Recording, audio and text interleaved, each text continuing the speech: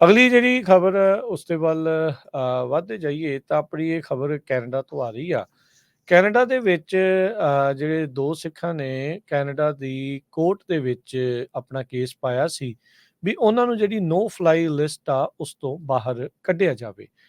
ਇਸ ਮਾਮਲੇ ਵਿੱਚ ਭਗਤ ਸਿੰਘ ਬਰਾੜ ਤੇ ਪਰਵਕਾਰ ਸਿੰਘ ਦਲਾਈ ਇਹਨਾਂ ਨੇ ਕੋਰਟ ਦੇ ਵਿੱਚ ਆਪਣੀ ਗੁਹਾਰ ਲਾਈ ਸੀ, ਪਰ ਕੋਰਟ ਨੇ ਇਹਨਾਂ ਦੀ ਜਿਹੜੀ ਯਾਚਕਾ ਕਹਿ ਲਓ ਜਾਂ ਜਿਹੜੀ ਪਟੀਸ਼ਨ ਆ ਉਸ ਨੂੰ ਅਪੀਲ ਨੂੰ ਜਿਹੜਾ ਉਹ ਰੱਦ ਕਰ ਦਿੱਤਾ, ਡਿਸਮਿਸ ਕਰ ਦਿੱਤਾ।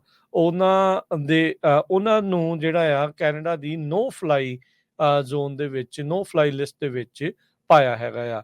ਇਹ ਵੀ ਜ਼ਿਕਰਯੋਗ ਗੱਲ ਆ ਵੀ ਹੁਣੇ ਭਾਈ ਹਰਦੀਪ ਸਿੰਘ ਨਿੱਜਰ ਜਿਨ੍ਹਾਂ ਦਾ 1 ਸਾਲ ਪਹਿਲਾਂ ਅਸੈਸੀਨੇਸ਼ਨ ਕੀਤੀ ਗਈ ਸੀ, ਉਹ ਵੀ ਨੋ ਫਲਾਈ ਲਿਸਟ ਦੇ ਉੱਤੇ ਸੀ ਤੇ ਨੋ ਫਲਾਈ ਲਿਸਟ ਵਾਲੇ ਹਰਦੀਪ ਸਿੰਘ ਨਿੱਜਰ ਹੁਣਾਂ ਨੂੰ ਉਹਨਾਂ ਦੀ ਪਹਿਲੀ ਬਰਸੀ ਦੇ ਮੌਕੇ 1 ਮਿੰਟ ਦੇ ਮੌਨ ਦੇ ਨਾਲ ਸ਼ਰਧਾਂਜਲੀ ਜਿਹੜੀ ਆ ਹਾਊਸ ਆਫ ਕਾਮਨ ਦੇ ਵਿੱਚ ਭੇਂਟ ਕੀਤੀ ਗਈ ਹੈਗੀ ਆ। ਬਰਾੜ ਤੇ ਦਲਾਈ ਕਹਿੰਦੇ ਆ ਵੀ ਉਹਨਾਂ ਨੂੰ ਥ੍ਰੈਟ ਦੇ ਤੌਰ ਦੇ ਉੱਤੇ ਜਿਹੜਾ ਉਹ ਦੇਖਿਆ ਜਾਂਦਾ ਆ, 에ਅਰਲਾਈਨ ਸੇਫਟੀ ਦੇ ਤੌਰ ਦੇ ਉੱਤੇ।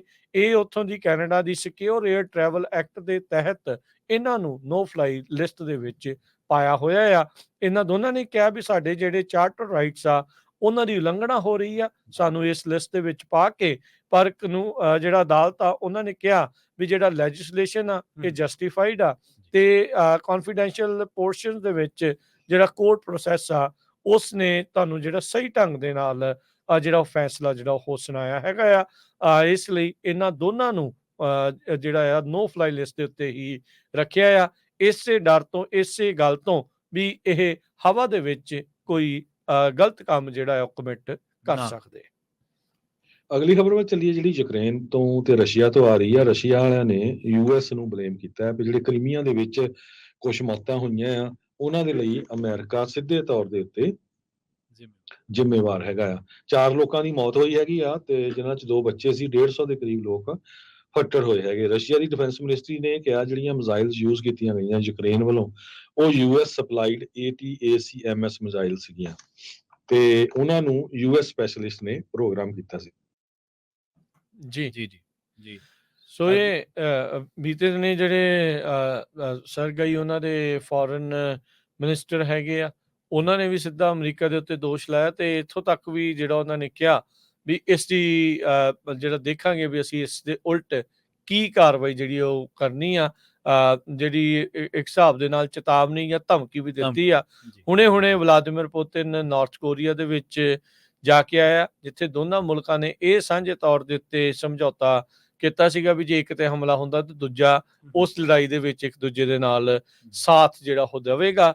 ਨਾਰਥ ਕੋਰੀਆ ਤੇ ਰੂਸ ਦੀ ਨਜ਼ਦੀਕੀ ਵਧਣ ਦੇ ਨਾਲ ਚਾਈਨਾ ਵੀ ਕਿਤੇ ਨਾ ਕਿਤੇ ਦੇਖ ਰਿਹਾ ਵੀ ਹੁਣ ਮੇਰੇ ਉੱਥੇ ਕੀ ਕਦਮ ਜਿਹੜੇ ਆ ਉਹ ਹੋਣਗੇ।